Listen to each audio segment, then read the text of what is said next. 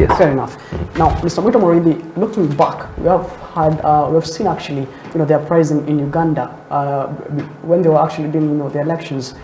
We actually saw Bob Njagi and Nicholas Oyo were actually, arrested because, the government actually denied. But later on, they actually said that we had them in the fridge.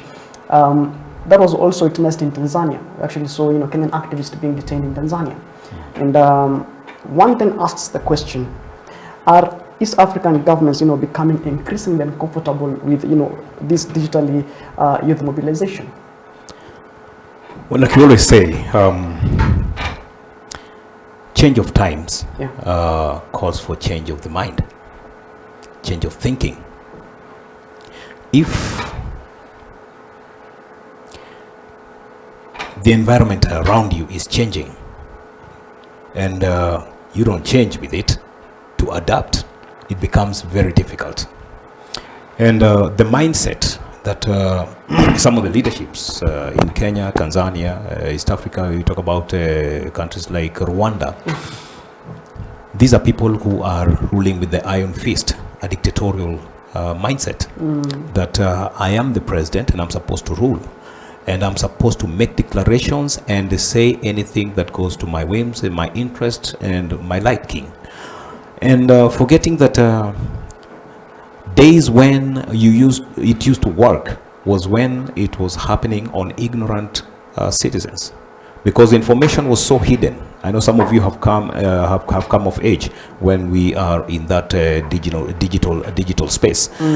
Some of us grew up in a space where we only had one television, and it had to receive phone calls. Even the editor himself knew what story to air and what not to air and how.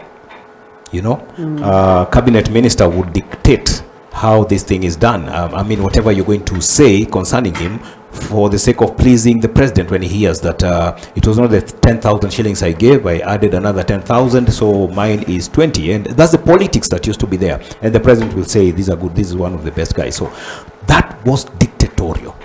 And we had to swallow that one, much as we knew that even the money itself was not forthcoming because it was Likuana Changa and they still come for it. So what I'm trying to say is, the dictatorships being established currently in Tanzania, Kenya, Uganda, because they have their master craftsman, Yoweri Museveni.